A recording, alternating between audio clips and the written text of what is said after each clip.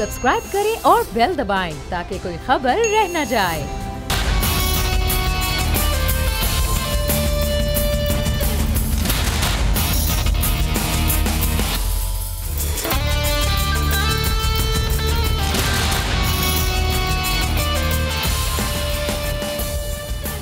अस्सलामुअलैकुम। The special report with Mudassar Iqbal के साथ हाजिर खिदमत है। नाज़रीन, कराची की अगर सूरत हाल की बात की जाए तो कराची में सबसे बड़ा मसला जो मीडिया पे उठाया जाता है, जिस पर लोग एहतजाज करते हैं, जिस पर बात की जाती है, यहाँ पर वो सीवरेज का मसला है और पीने के पानी का मसला है, सफाई ना होने के मामलात हैं।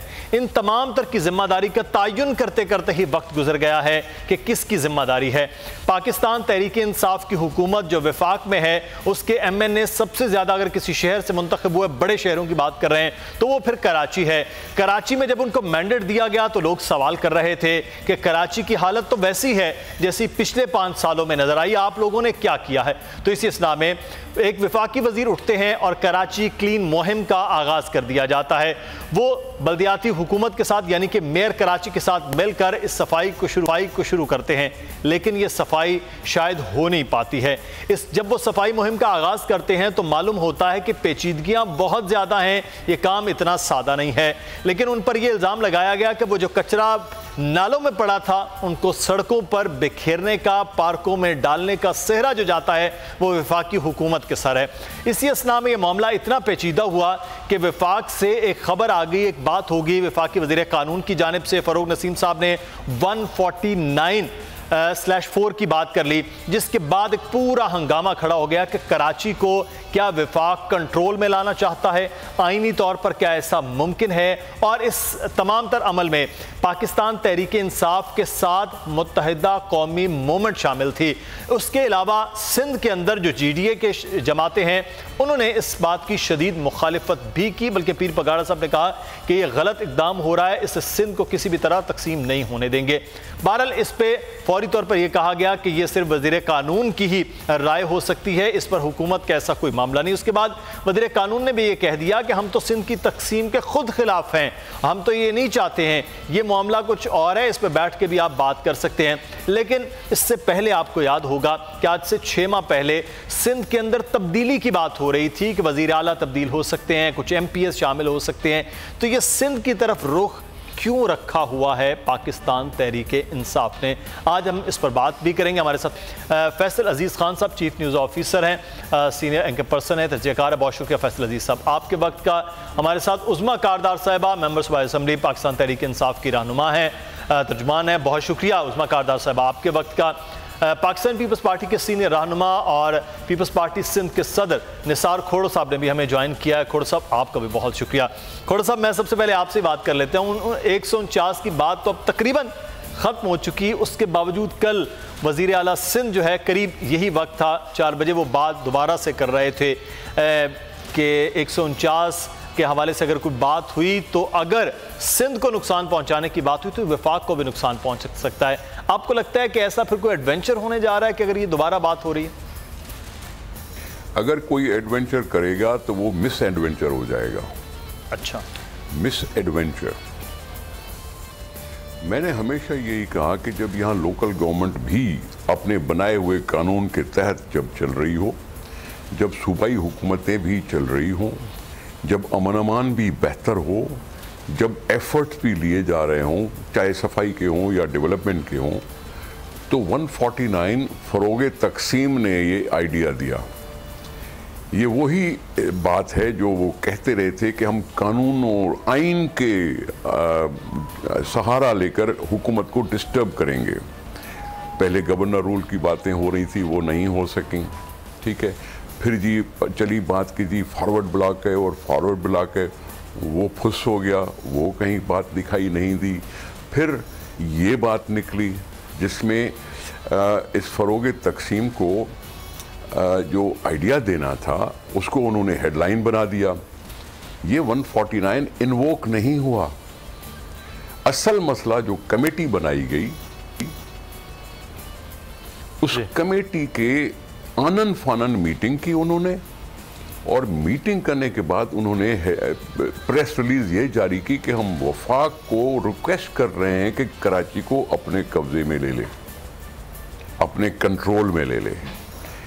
ये है वो कमेटी जिसने जानबूझकर इस मामले को हीजान में पैदा किया, और ये हीजान तो होना ही था, इससे और ज़्यादा हीजान बढ़ सकता है। जब उन्होंने पब्लिक रिएक्शन देखा तो कहने लगे कि जी फ़रोग तकसीम का ये ज़ाती ख्याल है, फिर ये ख्याल है, फिर वो बातें, इधर उधर की बातें करते रहे। फिर उन्होंने और लोगों को भी उस कमेटी में डाल दिया, ये तासुर देने के लिए कि जी सिर्फ कराची के लोग नहीं हैं, बाहर के लोग भी इस कमेटी में हिस्सा हैं। वो भी वज़ीर साहब हैं, और वज़ीर साहबों ने भी कह दिया कि जी ये हो सकता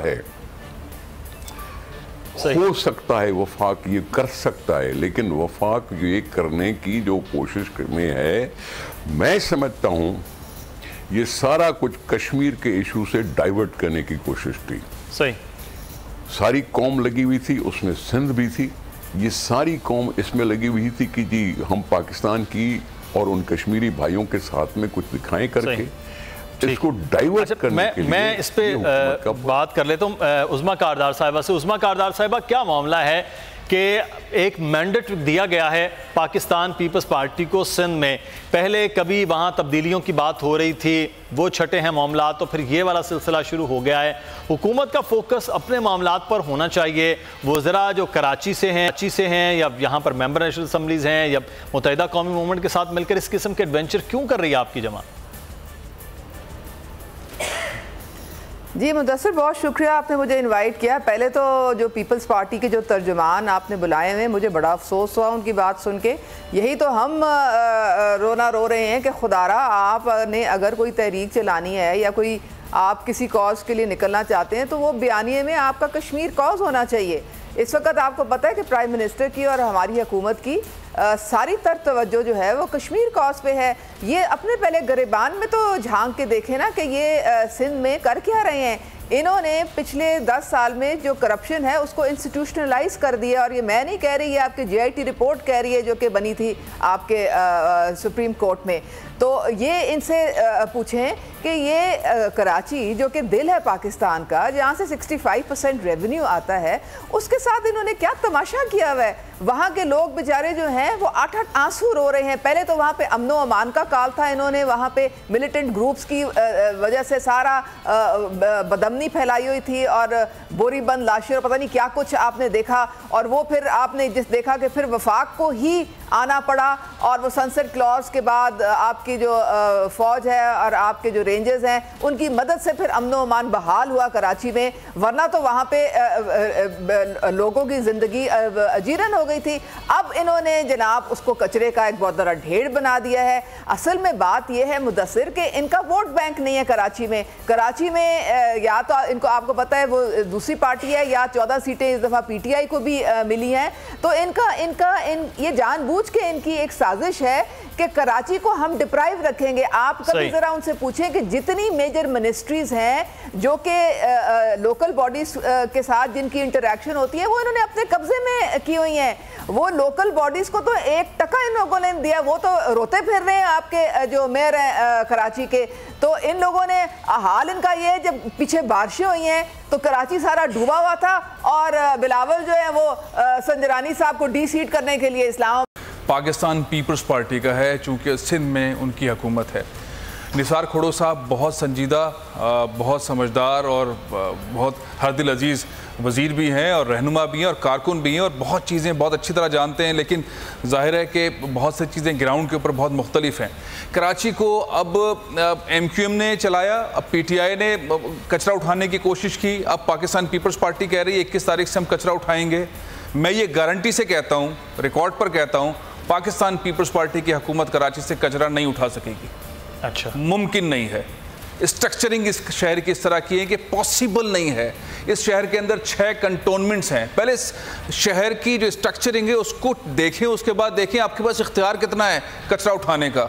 तो पॉसिबल, जब मेयर के लिए पॉसिबल नहीं है तो मुराद अली शाह साहब जब 21 तारीख को ऐलान करेंगे कि हम 21 अक्टूबर तक कचरा उठा लेंगे। कल मेरी बहुत लंबी गुफ्तगू हुई है नासिर हुसैन शाह साहब से, और मैं बार बार ये कह रहा हूँ कि लॉजिकली ग्राउंड पर ऐसा मुमकिन नहीं है कि आप कचरा उठा सकें। उसकी वजूहात ये हैं कि इस शहर में 6 कंटोनमेंट्स हैं, इस शहर के अंदर अथॉरिटीज़ बना दी हैं, अथॉरिटीज़ जो हैं उनके पास इतना ज़्यादा इख्तियार है कि आप वहाँ पर घुस नहीं सकते। सिंध गवर्नमेंट ने बहुत सारी चीज़ें मेयर से अपने पास ली भी, जो भी सियासी वजूहात थी, मेयर के पास कोई ऐसी चीज़ एग्जिस्ट नहीं करती। अच्छा, फेडरल टेरिटरीज यहाँ पे बहुत सारी हैं, 2 पोर्ट्स हैं यहाँ पे, वो पीटीआई गवर्नमेंट के पास हैं। रेलवे की टेरिटरी है, वो पीटीआई गवर्नमेंट के पास है। इस शहर के अंदर सिनेरियो बहुत बिखरा हुआ है, बहुत मुख्तलिफ है। इसकी आबादी तकरीबन 3.5 करोड़ से ज़्यादा है। सेंसिस में 2 करोड़ बताई गई है। कच्ची आबादियां बहुत ज़्यादा हैं। कचरा यहाँ से उठाने के लिए 1 महीने में यही पता नहीं लगा पाएगी पीपल्स पार्टी की गवर्नमेंट कि कचरा है कहाँ कहाँ, और इसलिए नहीं लगा पाएगी कि तमाम स्टेक होल्डर्स को एक साथ बिठाना, जहाँ नफरतें बहुत ज़्यादा हैं, जहाँ एतमाद नहीं है, जहाँ एक दूसरे से मुतालिक मसाइल हैं, जहाँ नैब पीछे लगी हुई है, जहाँ 11-12 साल की गवर्नमेंट के अंदर पैसा पता नहीं कहाँ चला गया है, वहाँ ये कहना कि कचरा उठा लेंगे, सूरज का सिस्टम ठीक कर देंगे, पानी मुहैया कर देंगे, वाला मामला होगा, बहुत मुश्किल है। तहरीक इंसाफ की हुकूमत है उठाने के लिए। मैं छोटी सी बात मुकम्मल करता हूँ। जो ख्वाहिशात है ना मुराद अली शाह साहब की इस वक्त, निसार खोड़ो साहब की बहुत बेहतरीन रहनुमा है, बहुत डिलीवर करते हैं। निसार खोड़ो साहब के साथ नासिर हुसैन शाह साहब हैं, सईद गनी साहब हैं, ये यहीं के लोग हैं। सईद गनी साहब बहुत एफर्ट करते हैं, लेकिन जब तक डॉक्यूमेंट के ऊपर, ग्राउंड के ऊपर चीज़ों को लिखकर डिवाइड नहीं करेंगे, खुद से कोशिश करेंगे, तो यही होगा। जो कचरा हमने देखा मैदानों के अंदर, प्लेग्राउंड्स के अंदर, नालों में डाल दिया गया, ये जो सियासत होगी कचरे की, ये चीजें नहीं निकलेंगी। और 149 अगर गवर्नेंस मैनेजमेंट अच्छी होती तो इसकी जरूरत पड़ती। असल पॉइंट ये है कि जो 70% रेवेन्यू दे रहा हो, उसकी केयरिंग लेवल बहुत डाउन कर दी जाए और उस शहर को पसमानदा तरीन शहरों में शामिल कर दिया जाए। इसका क्रेडिट या डिसक्रेडिट भी तो इस गवर्नमेंट को जाता है। बिल्कुल, ये सारी ये बात करते हैं कि 11 साल जो कारकर्दगी है, खोड़ो साहब से बात कर, जो कराची के हवाले से बात हो रही थी, खोड़ो साहब 12 साल तकरीबन 11.5 साल से आपकी हुकूमत है इस शहर के अंदर, इस सूबे के अंदर, लेकिन इस शहर को ओन कहते हैं कि नहीं करते हैं, क्योंकि आपका मैंडेट यहाँ पर नहीं होता है। तो आपकी कारकर्दगी भी तो कराची में नहीं है, तो मसाइल को आप हल ही नहीं कर पाए हैं 11.5 साल के अंदर भी। कराची के मसाइल को, मुझे तो ये सवाल पैदा होता है कि जो मुत्तहिदा कौमी मूवमेंट के जो लोग हैं वो 9 साल क्यों भूल जाते हैं कि जब बेहिसाब पैसे मिले, और बेहिसाब पैसों में एक बड़ी सी बात की थी कराची वालों ने कि जी मेट्रोपोल से लेके और एयरपोर्ट तक हम एक कॉरिडोर फ्री रोड बनाएंगे। जो भी उनसे नहीं बन पड़ा, ये शराय फैसल पीपल्स पार्टी के सूबाई हुकूमत की एफर्ट से ज़्यादा बनी। ये दूसरी जो अभी कॉरिडोर फ्री जो इस वक्त हम इस रोड को कहते हैं, वो उन्होंने नहीं बनाया था। ये उन्होंने सॉलिड वेस्ट मैनेजमेंट का इशू नहीं सेटल किया था, वाटर बोर्ड का इशू सेटल नहीं किया था, कराची सर्कुलर रेलवे का इशू उन्होंने नहीं सेटल किया था उन 9 सालों में जब बेहिसाब पैसे मिलते थे। हमने अपने तौर पर हमने कोशिश की है, और ये कोशिश कराची वालों को दिखाई देती है। ये न सिर्फ शाराय फैसल की बात करूं, लेकिन और जगहों पे इम्प्रूवमेंट इंफ्रास्ट्रक्चर की, और उसमें स्कीमें बनी, उसके प्रोजेक्ट बने, उसकी बाकायदा ओपनिंग हुई, शुरुआत भी हुई और उसकी ओपनिंग भी हुई, बुनियाद भी डाला गया और उसका इफ्तिताह भी किया गया। स्कीम पूरी करके हमने किया है, हमने हर जगह करने की कोशिश कर रहे हैं।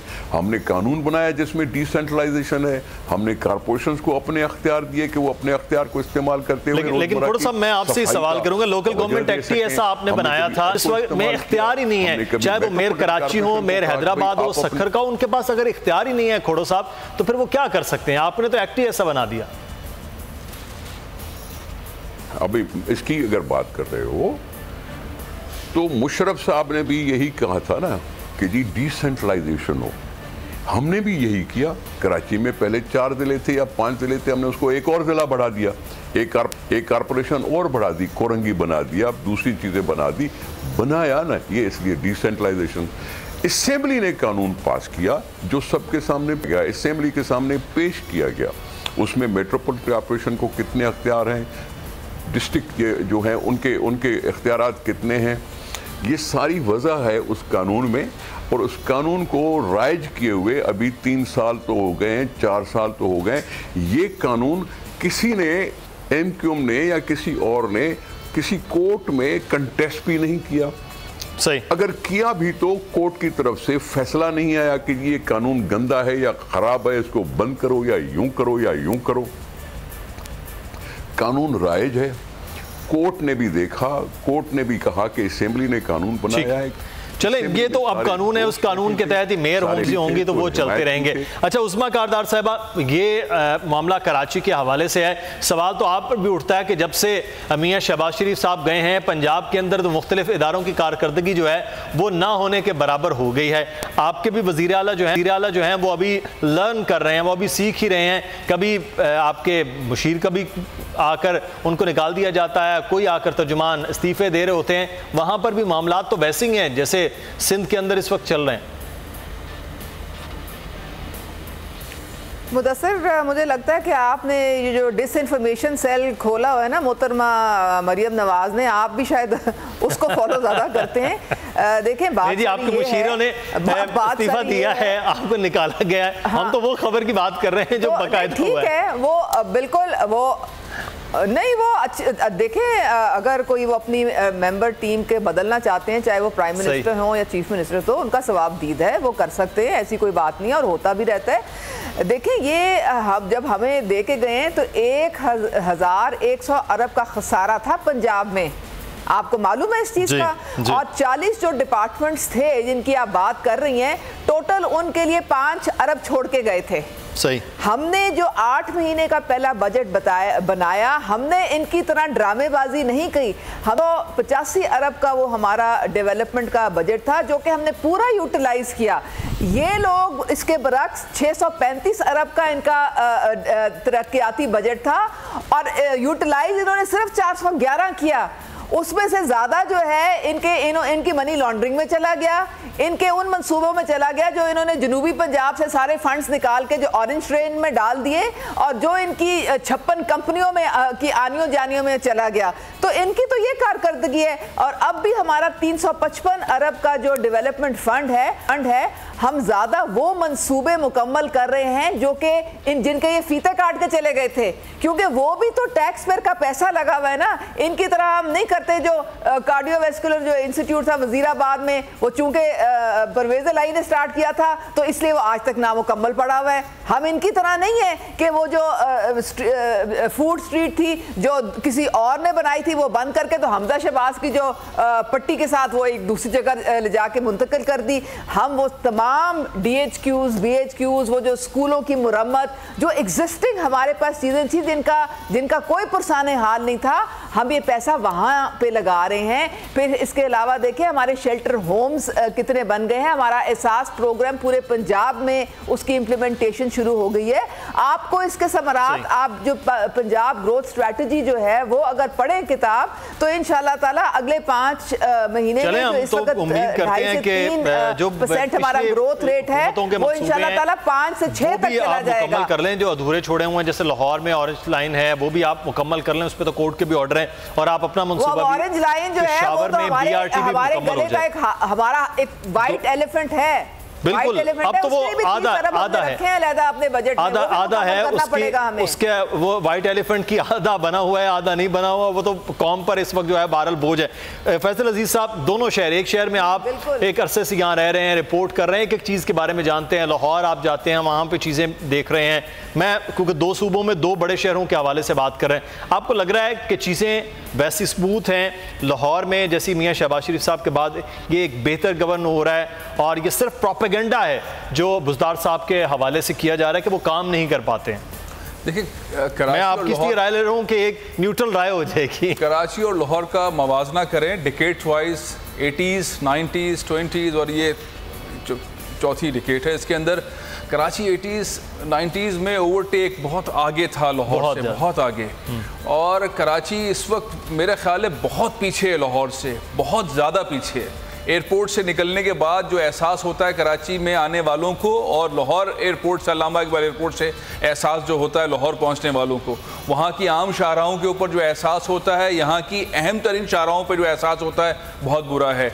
शारा फैसल कंटोनमेंट से शुरू होती है, कंटोनमेंट पर ख़त्म होती है। ना सिंध गवर्नमेंट का रोल है, ना लोकल गवर्नमेंट का रोल है। DHA की सड़कें DHA कंटोनमेंट की हैं, ना सिंध गवर्नमेंट का रोल है, ना लोकल गवर्नमेंट का रोल है।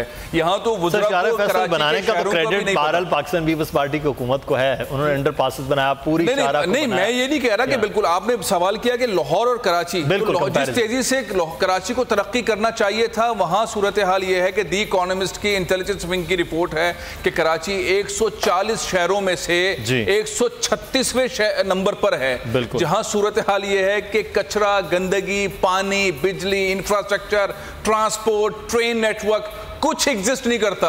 दूसरे मायनों में जो 3 बाकी शहर हैं वो अफ्रीका के बदतरीन शहरों के अंदर शुमार होते हैं। तो हमने कराची को कहां रोशनियों का शहर था, कहां उसे ला के एक ऐसे पॉइंट पे खड़ा कर दिया है जहां लोगों के मरने का, यानी कि करंट से लोग मर जाएं। हमने चीखों पुकार नहीं देखी, हालिया बारिशों में 43 लोग कराची के मर गए। हमने वो शोर नहीं देखा ऐवानों के अंदर, हमने रहनुमाओं के अंदर शोर करने वाला था, हमने चीजें नहीं देखी। तो पॉइंट ये कि ओनरशिप जफर अब्बास उसकी भी आवाज बंद कर दी गई, वो भी कोर्ट ऑर्डर से उन्होंने उसकी आवाज भी बंद कर दी कि जफर अब्बास कहता था लोगों की लाशों के ऊपर कि इस तरह नौजवान मर रहे हैं और आपके इलेक्टेड कुछ कर लें। लेकिन बारह मुझे एक ब्रेक लेना है, ब्रेक के बाद वापस आते कुछ पॉलिटिकल हैपनिंग की बात करते हैं। खोड़ो साहब भी हमारे साथ मौजूद हैं और उज़मा कारदार साहब से भी जानेंगे कि अब तैयारी हो रही है आपके खिलाफ मार्च की, तो आपकी क्या तैयारी है। ब्रेक लेते हैं नज़र।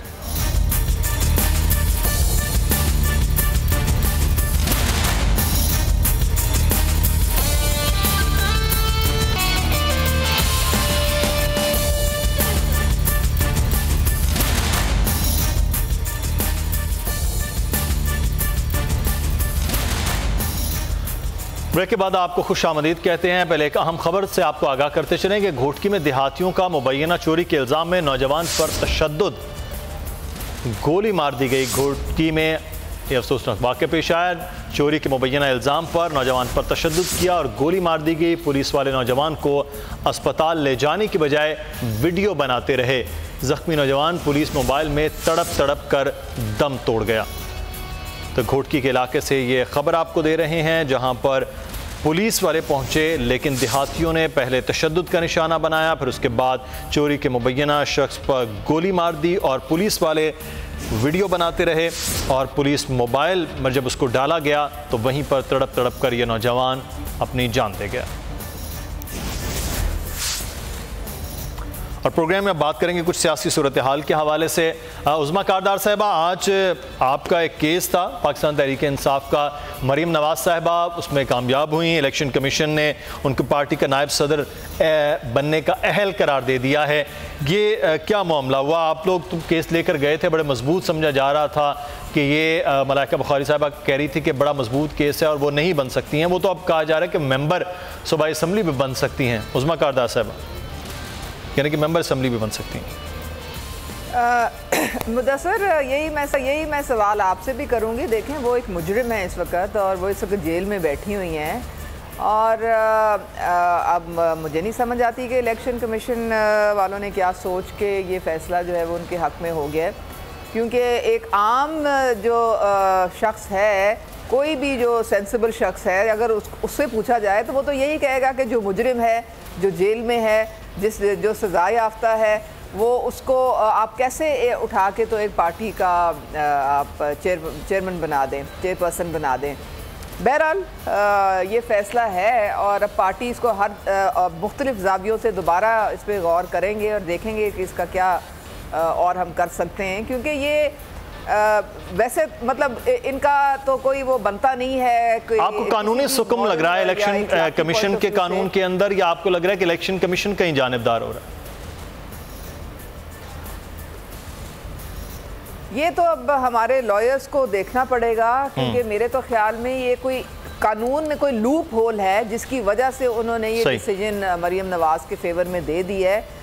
तो उसको दोबारा कानून का जायज़ा लेना पड़ेगा कि ये किन बुनियादों पे इन्होंने किया है। क्योंकि ये मतलब हमें तो हैरत है, मतलब किस तरह से आप एक जेल में बैठी खातून है जिनको सज़ा भी हो गई है, उनको आपने पार्टी उनके हाथ में दी है और आप कह रहे हैं हाँ जी ये मुझे तो मेरी तो समझ से ये बिल्कुल बालातर है। सही। ठीक है। अच्छा, मैं इस वक्त नाज़रीन डील की बहुत ज़्यादा बातें हो रही हैं, कह रहे हैं कि डील हो रही है पाकिस्तान पीपल्स पार्टी के लोगों के साथ, डील हो रही है पाकिस्तान मुस्लिम नून के साथ। फिर ये इमरान खान साहब ने बड़े वाज़े कह दिया कि किसी किस्म की कोई डील, किसी किस्म की कोई चीज़ जो है वो नहीं हो रही है। ये डील की बातें जहाँ से निकली हैं, ये क्या वजूहात हैं? इस पर कुछ बात ये भी हुई कि प्ली बारगेन के मामलात हो रहे हैं कि जो ख़ास तौर पर जो जाली बैंक अकाउंट्स केस के कुछ मुल्ज़िमान हैं उनकी जानिब से। लेकिन निसार खोड़ो साहब, मैं आपसे यहाँ जानूँगा, आसिफ अली जरदारी साहब आलपुर साहबा के हवाले से मुश्किल वक्त है आपकी क़यादत के, लेकिन आपसे भी कोई डील की बात चल रही है? सर, ये डील का लफ्ज़ हमेशा हुकूमती हल्के चलाते हैं। हुकूमती हल्के अपनी क्या कहते हैं खिफत मिटाने के लिए पॉलिटिशियंस को इन्वॉल्व करके उनको बुरा बनने की पुरानी आदत है। पॉलिटिशियंस को ख़राब किया तो पॉलिटिशियन तो इमरान खान खुद भी है, ठीक है। क्या उसके हुकूमत में बैठे हुए वज़ीरान के नाम नहीं आए? हमारे नाम आ गए तो क्या उनकी बहन का नाम नहीं आया? उनकी अजीज़ो अकारब के नाम नहीं आए? उनकी अपनी अस्पताल का नाम नहीं आया? इमरान खान साहब के ऊपर पार्टी फंडिंग, जो फॉरेन फंडिंग होती है, वो इल्ज़ाम नहीं आया इमरान खान पर? तो फिर कोर्ट खुली हुई है, मजबूर हुई कोर्ट कि जी हिदायत दे कि जी जब तक इंक्वायरी कंप्लीट ना हो तब तक आप स्टेटमेंट्स न दें। क्यों? किसको डायरेक्शन दी? नैब को डायरेक्शन दी। नैब ने खुद महसूस किया। अभी सुप्रीम कोर्ट ने क्या कहा है कि जी नैब जो इंक्वायरी से गिरफ्तार कर लेती है लोगों को, नाजायज है। नैब के बारे में सुप्रीम कोर्ट की पता नहीं कितनी ऑब्जर्वेशंस आई हैं। ये क्यों डिक्लेयर हम मतलब भूल जाते हैं हम। सही, बिल्कुल ठीक है। आप देख रहे हैं कि डील। अच्छा फैसल अजीज साहब, आग कहीं जलती है, बुझ जाती है, लेकिन अगर धुआं उठ रहा हो तो लग रहा होता है कि नीचे कहीं ना कोई कुछ ना कुछ चिंगारी है, उसके नीचे कोई ना कोई चीज़ है। ये डील की बातें ऐसे सिर्फ सोशल मीडिया या किसी एक एंकर पर्सन ने या किसी अखबार की खबर नहीं, ये डील का मामला चल रहा है, या कहीं अंदर खाते कोई ऐसी चीज़ें हैं? मुदस्सिर, ये जो नैब है ये डील करने का इदारा ही तो है। नैब ने करना प्ली बार्गेन कह रहे हैं, उसका प्ली बार्गेन है, डील ही तो है। बिल्कुल सही। नैब का ऑफिशियल काम डील करना ही है। डील करें, बताएं डील करें, कितने पैसे देंगे, प्ली बार्गेन करें, डील करें। आपके ऊपर ये इल्जामात हैं, आप पैसे दें और बाहर जाएं, डील करें। तो नैब का तो ऑफिशियल काम ही डील करना है। तो डील तो यहाँ पे इसे कहते हैं कि जो कानून आइन उसके तहत, लेकिन ये दोनों जमातें फैसल साहब डील से इनकारी हैं कि हम किसी किस्म की कोई डील नहीं कर रहे हैं। मैं दूसरी तशरीह पेश कर रहा था। मैं एहतराम करता हूँ निसार खोड़ा साहब ने जो फरमाया है, जाहिर है हुकूमत किस तरह से अपोजिशन को डील कर रही है वो अलग मामला, लेकिन नैब का काम तो सिर्फ और सिर्फ यही है कि फौरी तौर पर उन लोगों के जिनके ऊपर इल्जामात हैं, गबन, पैसा, कौम का पैसा लूटा है, असासे बनाए हैं, उनसे डील करे और प्ली बार्गेन करे और उनको रिहा कर दे। यही हो रहा है। और इसी सिलसिले के अंदर हमने देखा कि बहुत सारे अहम लोगों के साथ जो है वो 70 अरब रुपए अब तक डील कर लिए गए। 1210 रेफरेंसेस हैं, 900 अरब रुपए के मामलात हैं जो डील करने हैं। तो ये है मामलात। असल में हुकूमत और अपोजिशन का जो एनवायरनमेंट इस वक्त एग्जिस्ट कर रहा है और जिस तरह से वीक गवर्नमेंट है पार्लियामेंट के अंदर, उनकी सीट्स उतनी मजबूत नहीं है। मद्दे मुकाबिल जो पार्टियां अपोजिशन की वो बहुत स्ट्रॉन्ग हैं। पाकिस्तान पीपल्स पार्टी की गवर्नेंस पे आप उंगली उठा लें, उनकी मैनेजमेंट पे उंगली उठा लें, उन पर करप्शन के इल्जाम लगा दें, लेकिन इससे ज़्यादा मजबूत ग्राउंड पर कोई सियासी जमात तो नहीं है। वो तो मानना पड़ेगा पाकिस्तान पीपल्स पार्टी को। मुस्लिम लीग नून हुकूमत में रही है, उनके ऊपर बहुत इल्जामात आयद हो सकते हैं, लेकिन उनके जो गिरफ्त है लोगों के दरमियान, उसको तो वीक नहीं कहा जा सकता। इसलिए पीटीआई को डिलीवर करने के लिए एक चैलेंज है, माशी तौर पर उसके सामने चैलेंजेस हैं। इलेक्शन कैंपेन में उन्होंने बहुत बड़ी बड़ी बातें कही, हम लूटा हुआ पैसा वापस लेकर आएंगे, हम मुल्क में इस्लाहात करेंगे, हम ऐसा करेंगे। उनके दौर के अंदर डिलीवर उस तरह नहीं हुआ। डॉलर पता नहीं कहां तक पहुंच गया, स्टॉक एक्सचेंज की सूरत। तो उनको कहां पे वो दीवार से लगाएं या दीवार की तरफ ले जाएं या उनको डाइवर्ट करें, वो सिनेरियो हुकूमत और अपोजिशन के दरमियान रहता है। अब अगला राउंड ये है कि मौलाना फजलुर रहमान साहब 15 लाख लोग जमा करने की बात कर रहे हैं इस्लामाबाद में, वो कर पाते हैं नहीं कर पाते, और पीपल्स पार्टी उनके साथ काम खड़ी है और नून कार दोनों चीजों पे बात कर लेते हैं। एक तो आप अपोजिशन को डील किस तरह से कर रहे हैं ये मामलात के हवाले से, जो पैसा निकलवा अपोजिशन के साथ उस्मा कारदार साहबा, दूसरा ये जो अब मार्च आपकी तरफ आ रहा है इसको किस तरह से डील करेंगे, दोनों डील किस तरह से चलेंगे आप? मुदस्सिर, एक तो माजरत के साथ ये जो फरमा रहे हैं कि जी बड़ी मजबूत है पीपल्स पार्टी और नून लीग की भी बड़ी सपोर्ट है, तो अगर इन लोगों की इतनी सपोर्ट होती और अगर इतने मजबूत होते तो आज इमरान खान की हुकूमत ना होती। ये इन लोगों ने तो अपनी बादशाहत समझी हुई थी, 35 साल से ये बारियां ले रहे थे, तो इनके सामने तो इमरान खान जो था उसकी तो हैसियत ही कुछ नहीं थी। ये अब इनको समझ नहीं आ रहा, इतनी अब इनकी बौखलाहट इतनी बढ़ती चली जा रही है कि ये क्या हो गया, हम सारे जेल में हैं और इमरान खान प्राइम मिनिस्टर है। ये तो इनके ख्वाबो ख्याल में भी ना था। तो बात सारी ये है कि कौम को समझ आ गई है कि उनके साथ कितना खिलवाड़ किया गया है, उनको कितना चीट किया गया है। और अब कौम जो हमसे सवाल करती है, आप यकीन करें मुझे सबसे ज़्यादा जो आजकल सवाल पब्लिक करती है वो ये है कि आप पैसा क्यों नहीं निकलवा रहे, आपने इनको जेलों में रखा हुआ है, हमें वो पैसा चाहिए जो हमारा ये लूट के बाहर मनी लॉन्ड्रिंग से ले गए हैं। तो ये पैसा तो निकलेगा इसलिए कि उनके प्राइम मिनिस्टर इमरान खान है, उसने कोई डील कोई आपको पता है हमारी मुल्क में हिस्ट्री है एनआरओ की, 2 इतने बड़े बड़े एनआरओज हुए हैं जिसको ये लोग मानते नहीं है मुशर्रफ के ज़माने में। और ये जो सऊदी प्रिंस का लेटर जब आया कि हाँ भाई वाकई डील हुई थी, तो फिर खुल के सामने आया कि ये सारा झूठ का पलंदा था जो ये कौम के साथ बोल रहे हैं। तो अब वो तो होना नहीं, इनसे पैसे तो निकलवाएंगे और हर हालत में निकलेंगे। और इनकी कोशिश यही है कि जी आएँ बाएँ शाएँ करके बहाने बना के इनको किसी तरीके से, जिस तरह जरदारी साहब फ्लोर ऑफ द हाउस पे जी पुरानी चीज़ों पे मिट्टी डालें, अब आगे की तरफ देखें, हम आगे आपके साथ ताउन करने को तैयार हैं। तो वो ऐसा नहीं होगा, पुराना हिसाब किताब इनको पूरा देना पड़ेगा। और दूसरे जो मौलाना फजलुर रहमान हैं, माजरत के साथ इनको तो खुद ट्रक की बत्ती के पीछे इन लोगों ने लगा दिया है। ये ना ही पीपल्स पार्टी इनके साथ चल रही है जी। मॉरल सपोर्ट क्या होती है भाई, आप कोई स्ट्रीट पावर है तो आप फिर आए उनके साथ खड़े हो जाएं। और नून लीग जो है वो भी जुबानी कलामी, बाकी किसी ने इनके साथ नहीं निकलना। कौम क्यों निकले, बयानिया क्या है, हम तो कहते हैं आए कश्मीर कॉज पे निकलें, हमारे साथ कंधे से कंधा मिला के कश्मीरियों के खुद इतरादियत के लिए मैं यहाँ पे पूछ लेता हूँ निसार खोड़ो साहब की, ये मॉरल सपोर्ट के साथ आपके क्या है कि मौलाना साहब किस हैसियत में निकलेंगे अगर मार्च होता है? खोड़ो साहब देखिए, हमने एपीसी का हम हिस्सा हैं, रबर कमेटी में हम हिस्सेदार हैं। मौलाना साहब की भी ये सोच है कि जी ऐसा कुछ किया जाए कि इस अजाब पैदा करने वाली हुकूमत से जान छूटे। लोगों की जान छूटने के लिहाज से मुख्तलिफ प्रोटेस्ट के तौर पर कर रहे हैं। उन्होंने तो पता नहीं कितने मार्चेस किए हैं मुख्तलिफ सूबों में। ये और बात है कि मीडिया उनको इग्नोर करती है, क्योंकि मीडिया पर भी कंट्रोल है, पैमरा का पता नहीं किस चीज़ का कंट्रोल है, सेंसर बोर्ड है, पूछे बगैर कोई खबर जारी नहीं करो, टीवी काट देती है, इंटरव्यू काट देती है। जरदारी साहब का इंटरव्यू काट दिया चलते चलते ठक। अच्छा,